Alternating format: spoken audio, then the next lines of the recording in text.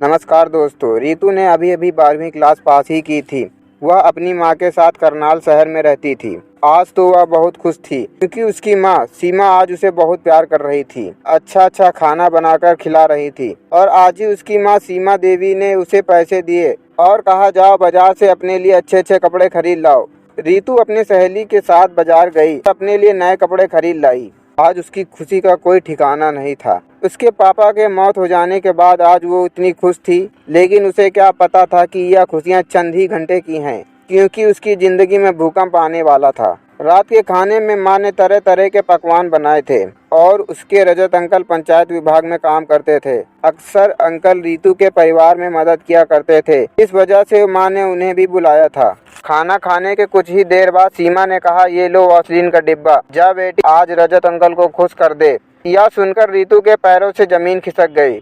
उसे यकीन नहीं हो रहा था कि यह सच है या सपना। उसे यह सब करने के लिए उसकी माँ ही कह रही है, लेकिन उसने यह सब करने से इनकार कर दिया था। उसकी माँ बोली, बेटी तुम घबराओ मत, बिल्कुल भी दर्द नहीं होगा। यह वैसलीन बहुत ही काम की चीज है, इसमें पता भी नहीं चलेगा कब काम खत्म हो गया और तुम्हें भी बहुत मजा आएगा। और रितु ये सब करने से इनकार कर देती है। फिर उसके माँ और रजत ने जबरदस्ती करना सही नहीं समझा। रितु को पहले ही शक था कि रजत अंकल की माँ से चक्कर चल रहा है, और फिर आज उसका शक यकीन में बदल गया था। रितु ने सोचा पड़ोस में बदनामी होगी, समाज के डर से उसने यह बात किसी को बताना सही नहीं समझा। लेकिन अगले दिन उसकी माँ का रवैया बदल गया था। उससे बहुत बुरा व्यवहार करने लगी थी और रजत अंकल के साथ काम करने का दबाव बनाने लगी थी। माँ के लाख कोशिश के बाद जब रितु नहीं मानी तो एक दिन उसकी माँ और रजत अंकल ने रितु को जबरदस्ती दबोच लिया और उसके साथ जबरदस्ती करने लगे। लेकिन शायद रितु की किस्मत थोड़ी अच्छी थी, दोनों के चुंगल से निकलकर भाग गई और रात को ही सीधे पुलिस के पास जाकर सब कुछ बताया। पुलिस ने उसकी माँ सीमा को गिरफ्तार कर लिया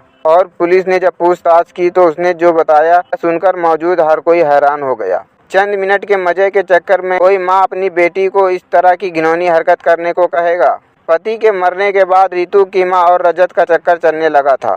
सीमा ने बताया, रजत के पास सरकारी नौकरी है और उसके पास पैसे की कोई कमी नहीं है। वह अपने पैसों के दम पर नई नई लड़कियों को पसंद करता था। पिछले कुछ दिनों से वह मुझे सर्विस नहीं कर रहा था, वह मुझे बार बार इग्नोर कर रहा था और मैं उसे सर्विस देने के लिए बोली तो उसने कहा, तुम्हारी बहुत ढीली है, मुझे कसा पसंद है। मैंने कहा, कोई बात नहीं, तुम चाहो तो बैक से भी एंट्री मार लो। लेकिन वह नहीं माना, जिस वजह से मैं परेशान रहने लगी और प्यार प्राप्त करने के लिए करना पड़ा।